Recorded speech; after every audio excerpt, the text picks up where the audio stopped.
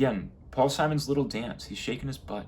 I love it when these performers shake their butt on stage because A, it harkens back to Elvis, but B, it's something that's visual across the entirety of this 500,000 person, audience group.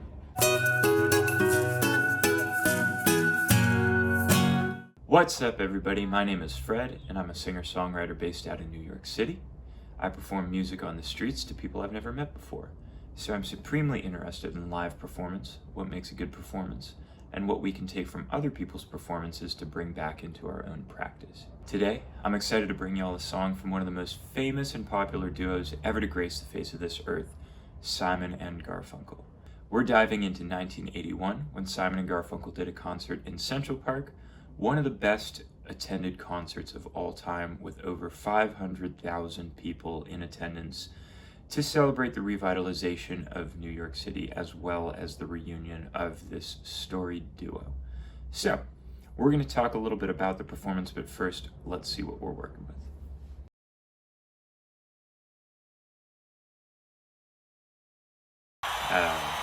Marvelous. The swagger is the first thing that stands out to me. I love the energy. These are confident performers. They've done this before. They've done this before together, but this is on a new scale, sort of unprecedented for any group, similar with what we saw with the Rolling Stones video in their 1981 tour.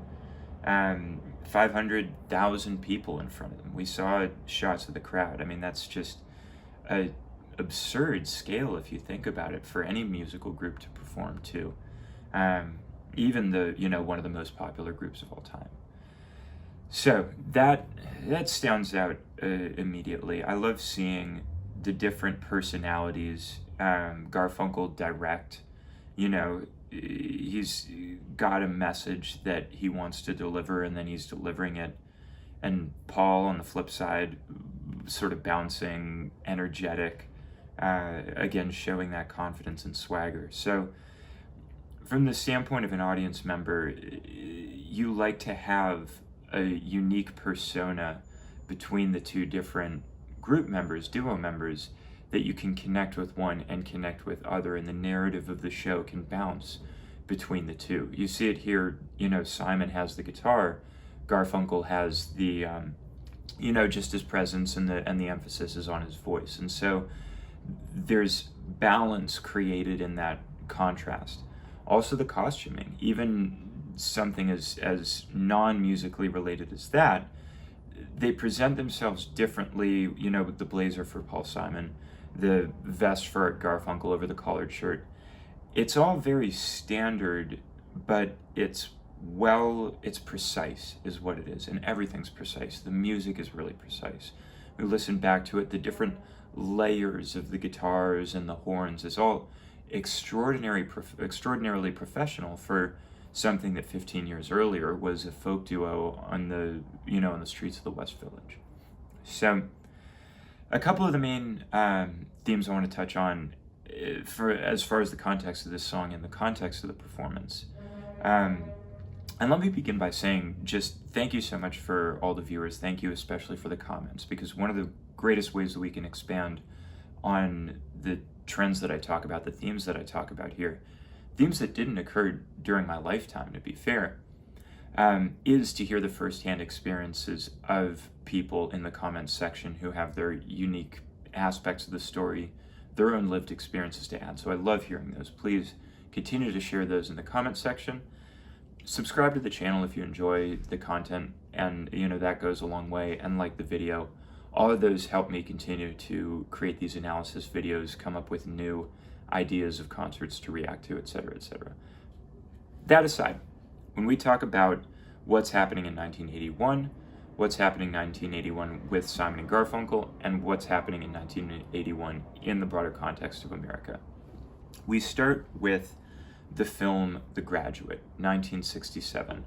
The Graduate, you have two great representations of American culture. You have Mrs. Robinson, the elder, who represents the continuation of that post-World War II world, the 50s and the early 60s, and the consistency and success within the consistency of the American dream there.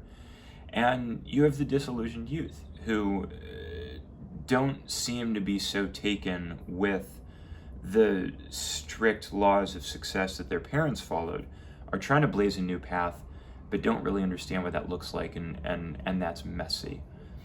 And when I hear Mrs. Robinson, I hear almost an ode to, not even to Joe DiMaggio, who we'll talk about in a second, but because that's an even earlier period than that. But it's an ode to the people who grew up in that 1950 to 1965 period. And the world seems so simple then to them. But then by the latter half of the 60s, by the early 70s, by the economic troubles created, all of a sudden in 1980s, making a reference to the generation that grew up on Joe DiMaggio has an entirely new layer of continuity that it's tapping into, but it also, what that group of people represented in American history has started to change. The idealized time period of the 40s and the 50s and the early 60s still represents this version of American success that people are trying to strive for. By the 80s, I don't want to say the failures, but the failures of the 70s have come full circle. And there's a reinvention that's happening. That's a reinvention that we see in Simon and Garfunkel playing together again. One of the first times that they'd really played in a live setting. There had been a couple of times, but really since the release of Bridge Over Troubled Water in 1970, this was the first time that they were performing on such a grand scale for such an audience. This is a real milestone in their history after about a decade of tumultuous, experience between the two of them. So that in and of itself represents a reinvention. We also have New York City that bore a large amount of the brunt of the economic turmoil of the 70s. And as we look towards trying to transition into a new period, and what we living at this in the contemporary time have a better understanding of, is the fact that New York was able to rebound in the late 80s into the 90s, and then all the way up until 9/11, which represented the start of a new period. You could argue that this concert in Central Park was a catalyst for that eventual development, or it represented some of the trends that eventually led to New York City's revitalization. And so, from the standpoint of what the 80s represented, was that an opportunity to move past the 70s. And the emotional complexity of what had happened towards the latter half of the 60s that was still hanging around and nobody had really processed yet. And especially when we look at the Talking Heads, they are laying bare those tensions between what the American dream represented and what it had actually come to fruition. But that's almost more of a criticism of it. From the standpoint of this concert, there's a lot more optimism surrounding it. And I love being able to emphasize the opportunity and the optimism of rebirth rather than focus on the things that have to die away for that rebirth to take place. We talk about time as polishing some of the rougher edges of culture or of the American dream. None of this is to say that what was going on in the 40s and 50s were idealized. The civil rights movement, women's suffrage, which had happened earlier, but sort of a larger wave of feminism occurring during that time period. The sexual revolution. All of those were necessary social revolutions for a culture that in many ways was dangerous to marginalized people, not just hostile towards them. And so if we look back at the 40s and 50s as idealized times, from an economic opportunity standpoint perhaps, but that also flattens that history in a way that is not entirely accurate. And now, when we look at a group like Simon and Garfunkel in the 80s, not just the rough and tumble folk duo from the mid-60s, but now they've got a whole live band around them, a constructed stage built to resemble New York City skyline. The irony of that is really interesting to me. And these are two New York City boys, grew up in Forest Hills, went to college in the city, cut their teeth performing at city venues, that now in the 80s are golden boys and represent the best of what New York City has to offer, and drew an enormous crowd of people who wanted to tap into that energy. Another example of this that I think is really interesting, and that we might get into at some point, is Joni Mitchell's Shadows and Light concert, where the folk sensibilities of the 60s and early 70s are still very much present in Joni's music, but she's got musicians such as Jaco Pastorius and Pat Metheny to assist her in taking that music both to another level theoretically, and in terms of the complexity of the music itself, but it also rounded out her sound in a way that was appropriate for the time period and represented a really cool evolution of folk music that I think, when we speak about fusion and we speak about funk and jazz and the influences that those can then have on more popular forms of music, Joni Mitchell created a combination there. And similarly, Simon and Garfunkel are showing how you can add complexity to these authentic and storied styles of music without losing the integrity of the music themselves. And that, in a world, in a technological world, the modern world, contemporary world, where people are struggling to incorporate technological advancements into their music in a way that are not overly technological, that don't lose the humanity at the basis of it. Following in this lineage of Simon and Garfunkel, bringing this whole band and the maximum capabilities of the stage and the technology and everything, similar to what we saw with the Rolling Stones, that's the evolution, is using computers and using technology to further build on the human vision rather than to stand as a substitute for when the vision is not developed enough. I think those are the major themes. Especially, I really love the idea of Joe DiMaggio as an American icon in the 40s, who in 1965 represented a bygone era that was being disrupted by social revolution.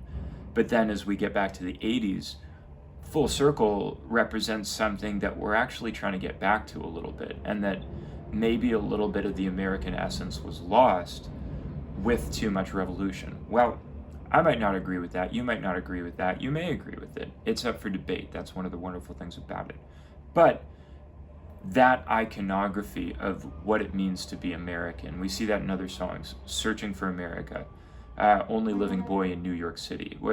What does it mean to be an American? What does the American dream represent as it gets more complicated, as it becomes accessible to more people?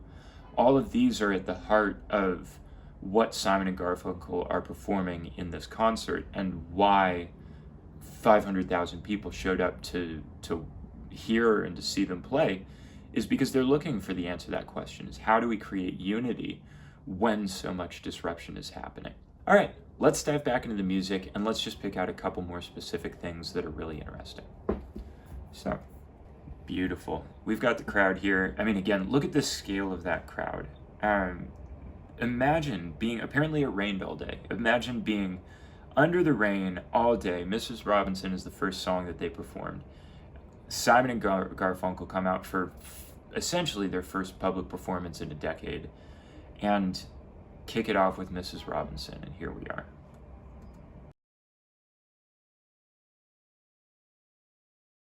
The references to Jesus, to God, and to praying are so interesting to me here, because we tie them to one degree to John Lennon saying the Beatles are bigger than Jesus, and the backlash that we saw there.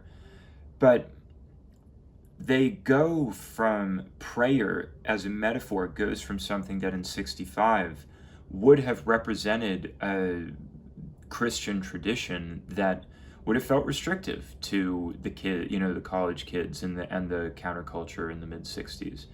But now, as we're entering the 80s, it almost becomes a handbook to how to return to certainty. Is Jesus loves you more than you know.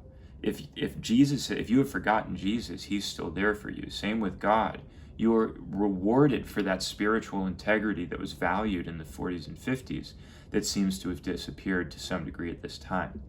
Now, I'm not arguing by any account for religious practice as a means to inform spiritual integrity.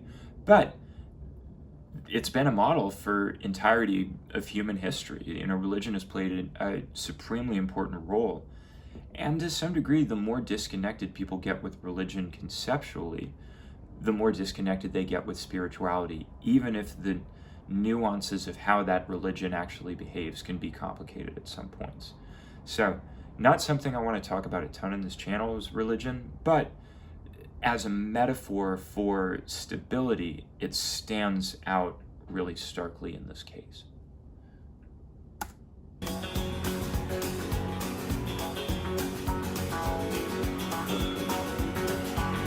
And again, Paul Simon's little dance, he's shaking his butt.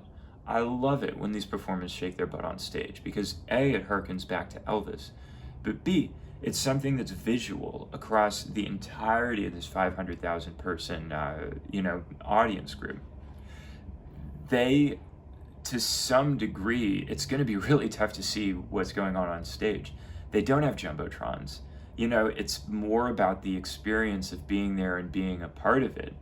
And so that places an added emphasis on the music in a really fun way, but it also means that the more outsized that Simon and Garfunkel can present themselves, the larger a percentage of the audience they'll be able to connect with in that regard.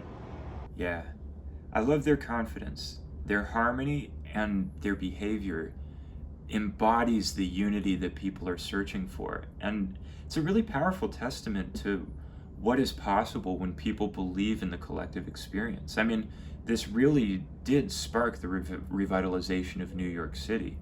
What a wonderful group to have a chance to review. I love this video. I love this song. I look forward to doing more Simon and Garfunkel songs in the future. But in the meantime, again, if you enjoyed this content, please like and subscribe, leave a comment if you have a thought, and I look forward to seeing you next time. Peace.